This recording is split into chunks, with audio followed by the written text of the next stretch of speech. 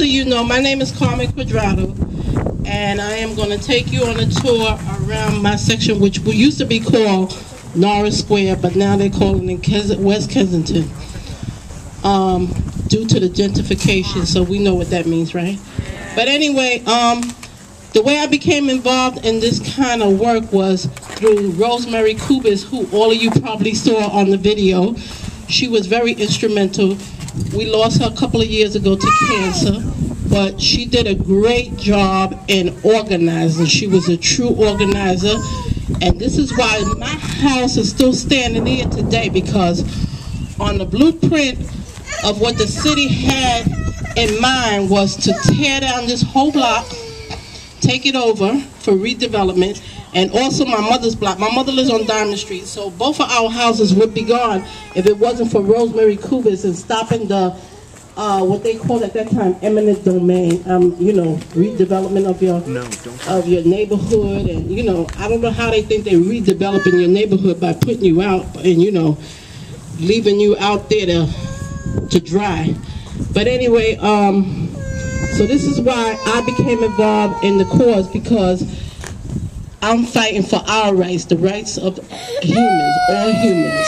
Whether we're poor or not, we should all have the same rights. I mean, we have a right to live where we want to live, and we should be able to do that. But anyway, so that's kind of the history behind why I'm invested my time in, you know, fighting for the cause.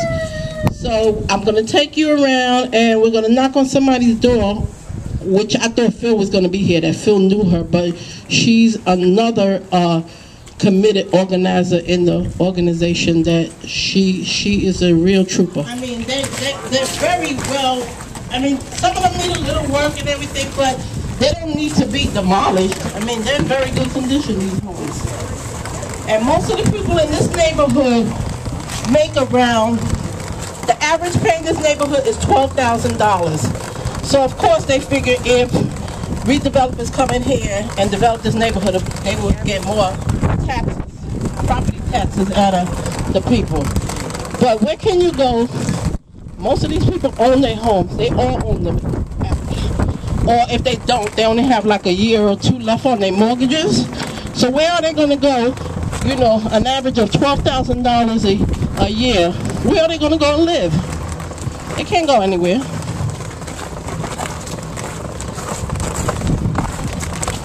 And this section right here, this section that I'm going to take you around, is predominantly Hispanic. On my block, a lot of the homeowners don't speak English. They only speak Spanish. They're elderly.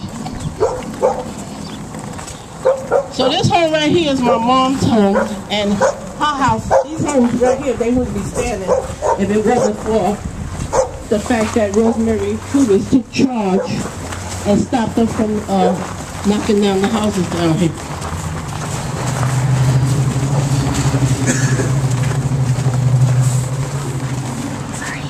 And in North Philly, you'll find a lot of automobile shops. I mean, somebody, you know, they have to make a living, so.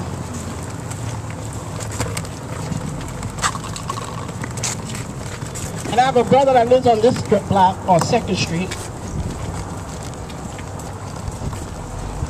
Did you get any notification from the city of what their plan was? Actually, what happened was, when the process first started in 2004, or 2003, because I moved here in 2004. I used to live in New York City, in Manhattan.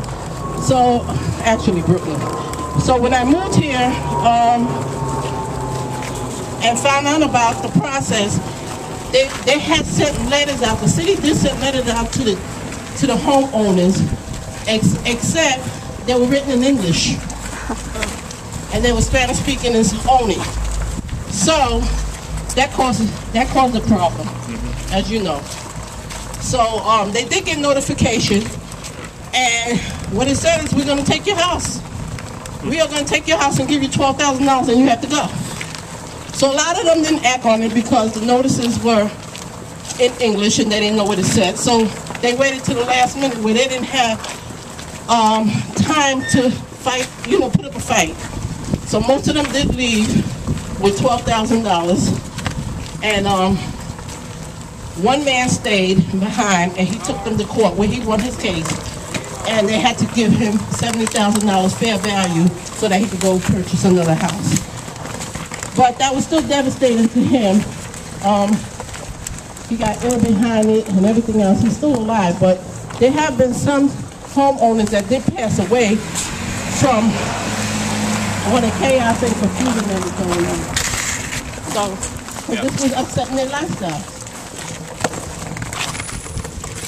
So you see the buildings here? They're very well built. They don't make houses like this anymore.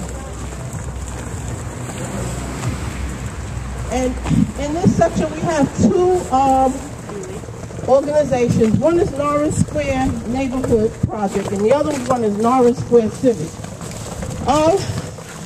They both do some good work around here. I'm not going to say it's all bad, but again, sometimes they are bought out too. That's what I think. You know? Check it in the back. I'll turn up louder. But they were very instrumental. You see this section here? When my mother first moved here, it was 2000, it was like 40 years ago. 1970 or 71, my mother first moved here. And this whole section was full of drugs and prostitutes. So this was a blighted area. So my mother and Rosemary Kubis and a whole lot of other people, even Norris Square Civic, they got in here and they cleaned this neighborhood out. They had huts, you know, bathrooms and stuff. They demolished, they knocked them down themselves. And they cleaned this place up. They got this, Norris Square was very instrumental in getting this park rebuilt here. And so that's how we took back our own community. They were organizing here. Because actually, this place, when we came from, my father moved us from New York here, I was like, you gotta be kidding. I couldn't believe all the drugs and the prostitution and stuff that was going on. But I guess he saw potential, so.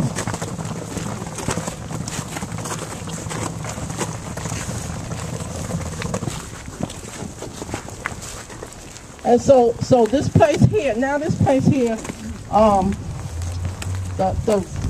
the rich people or people with money want to come back to this place because public transportation is only 2 blocks that way. You can catch any bus that you want to catch. I mean, this is a vibrant neighborhood. They would love to come back here and take it back from us. But we're not going to let that happen.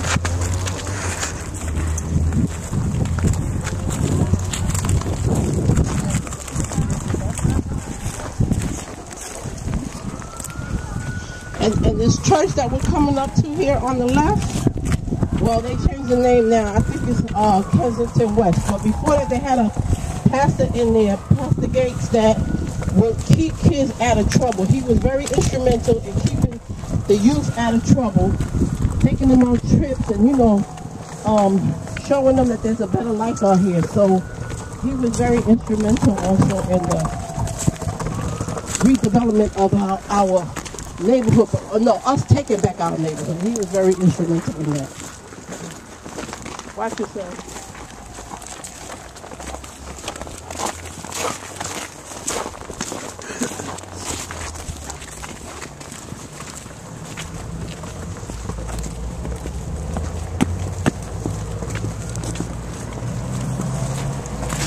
So there's construction, and we go all in the blocks here. There's a development of these in this neighborhood here. I don't know why, but the houses are getting smaller. They're even smaller than the one I live in, and I don't know who that's going to serve, but the homes now around here are going for like 100,000.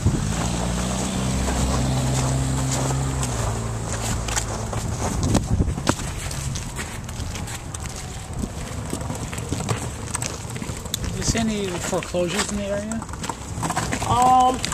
No, not really. I haven't seen any foreclosures. Most people own their homes. You know, they don't own, or if they don't own you know, a lot of mortgage on them. So what you learn in school, because what you learn in school is all a lie, but they really get to the root of our culture, and they also have another garden that's an actual garden, it's a full garden, which is beautiful. I mean, this neighborhood is vibrant, like I say. I love this neighborhood.